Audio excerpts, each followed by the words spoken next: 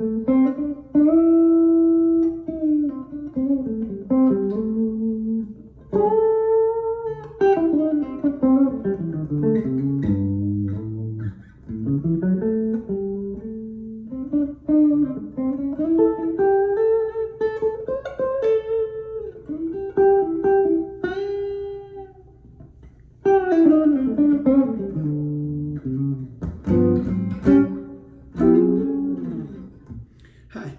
welcome to Starry Night Guitars. My name is Rich Kettner.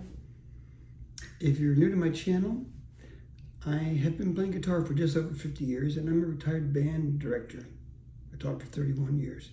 So the purpose of my channel is to help out younger musicians or maybe less experienced musicians to learn from some of my mistakes, but also to try to share some of the knowledge I have. So if you liked the video, please click on the subscribe button and like the video, and please spread the word to friends. So today I was going to talk about bending strings. I remember as a young guitar player, it was very tricky for me because I hear a lot of people bend strings and they bend out of tune or aren't sure how far to bend. So a couple of things to work on. When I bend strings, and there are many ways to do it, what I tend to do is use these three fingers to bend. And I also anchor my thumb around the neck. Now, though almost all guitar teachers will say the correct hand position is your thumb always behind the neck. For bending, with my thumb up here, it kind of acts as an anchor. So what I would tend to do, so I'm bending to this note here, second string, 10th fret, which is an A. Again, my thumb's up here, so it's kind of pulling down and my fingers are pushing up. And I'm on my fingertips. As I push up, I'm pushing the other strings out of the way. Some people like to push under, so the string rolls up on your finger. For me, I don't know if you can hear that, when I come back down, there's some noise. So for me, I just prefer this way. It's easier for me to control the sound. So again, if I'm going to the A on the 10th fret, I will put my ring finger on the 8th fret, middle finger on the 7th fret, index finger, 6th fret, and as I play the note, I push the string up toward my head so it gets the pitch I want. Now, some people say, well, how do I know when I'm on to the right pitch? A good way I would encourage you to practice that would be to first play the actual note you're landing on, or the note you're shooting for, then try to bend to it. Then go back to the note, bend. I find that after doing that for a while, you'll start to hear the pitch and you know what you're shooting for. Now, after you can do that, what you might want to do is add vibrato. So I will again bend the note, and then I just move my fingers a little bit, just a slight motion. And now there are all different kinds of vibratos. You know, there are blues guys that do these real fast vibratos. I never cared for that. I prefer a slower vibrato.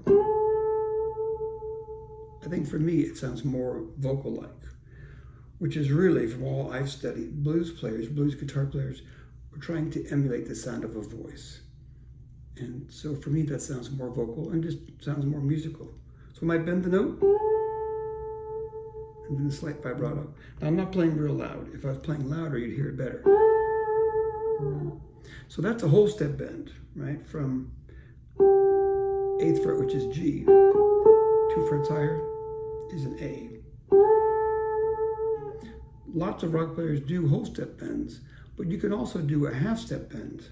So say if I want to play the A flat instead, I might play the same 3 frets and just bend up a half step. One of my favorite guitar players is a guy named Pat Metheny. He does that quite a bit. I get an emotive response rather than always doing whole step bends. Another thing I like to do are reverse bends, meaning I will bend the note, have it already pre-bent, and then play it and release the bend.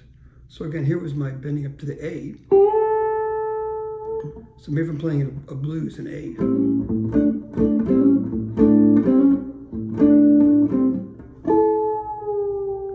So I played the A, and then release my fingers down so the note comes down from the A down to the G. It's kind of a bend out of nowhere. I've heard some people call it that. Trick with that, again, is you need to practice knowing how far you need to bend. A lot of younger guitar players will be going and everywhere in between, but not quite getting the note. You want to make sure you bend to the pitch that you want. So using that technique of half step and whole step bends, probably a lot of you are already familiar with the blues scale.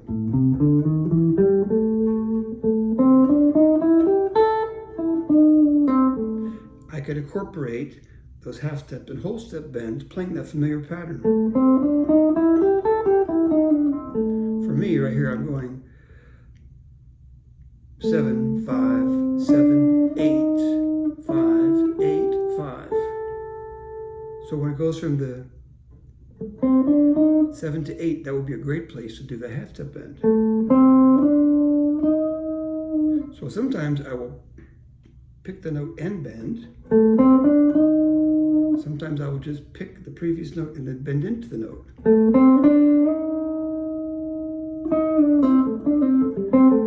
Or incorporate pull-offs and hammer-ons.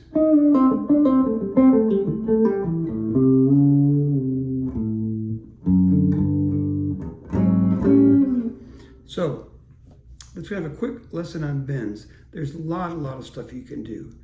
And I went through kind of quick. It will take quite a bit of time, but I would encourage you again to find the target note and then practice playing the bent note, checking your pitch. So have fun with that. I hope you enjoyed it. If so, again, please like my video and subscribe to the channel. There's other videos of me playing, also other lesson videos. I'm going to be trying to do more videos as we continue on. God bless you. Take care and have fun playing.